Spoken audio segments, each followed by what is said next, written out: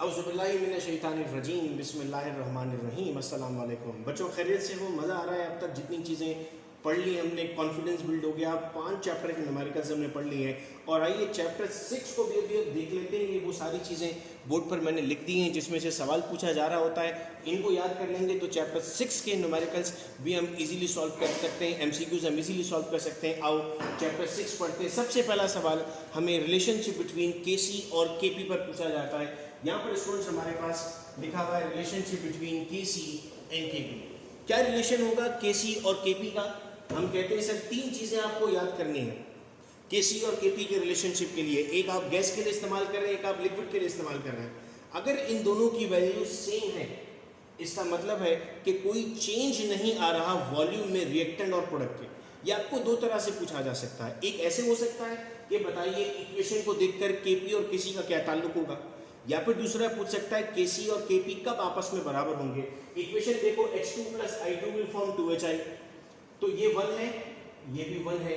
1 + 1 कितना होता है? 2, तो मैंने यहाँ पर लिख दिया 2 और ये भी 2 है, तो 2 के बराबर है, यानी वॉल्यूम में कोई तब्दीली नहीं आ रही। केपी किसके बराबर होगा? केसी के बराबर होगा। सेकंड पर आते हैं, केपी इज ग्रेटर देन केसी, जिसकी तरफ ये माउथ ओपन होता है वो ग्रेटर होता है। केपी इज ग्रेटर देन केसी, कब ग्रेटर होगा sir? When reaction occurs increase in volume. अब ये 2NH3, इससे क्या बना? 3H2 + N2, ये 1 है, ये 3 है, 3 + 1 कितना हो गया? 4, और ये 2 आ गया। तो अब हमने क्या कहा सर? ऐसी सूरत में केपी की वैल्यू ग्रेटर आएगी as compared to KC.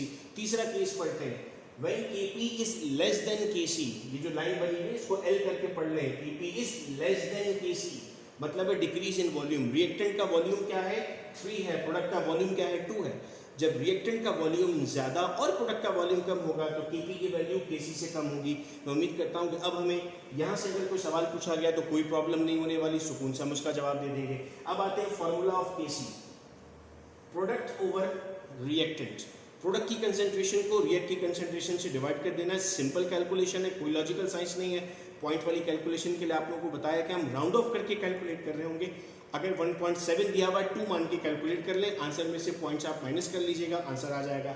Solve आपने करना है, इसके बाद आपकी प्रैक्टिस एक मतलब आप करोगे बिल्कुल प्रॉपर हो जाओगे आप। फिर आता है सवाल sir application of law of equilibrium.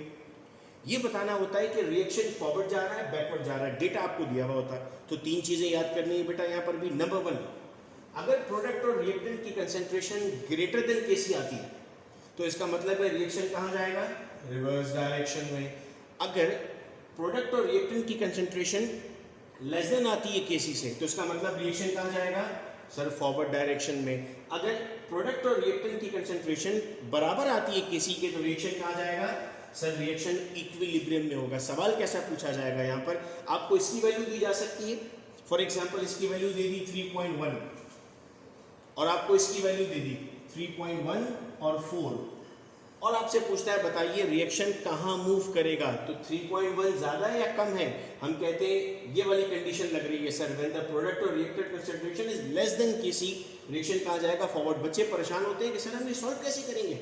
तो भाई ट्रिक आज आपको पता लग गई है, दोनों को कंपेयर कर दो। अगर कहा जाए कि आपके पास रिएक्टेंट की कंसेंट्रेशन डिवाइड करने के बाद 3 आती है और इसकी आपके पास 2.5 आती है किसी की वैल्यू, बताइए रिएक्शन कहाँ जाएगा?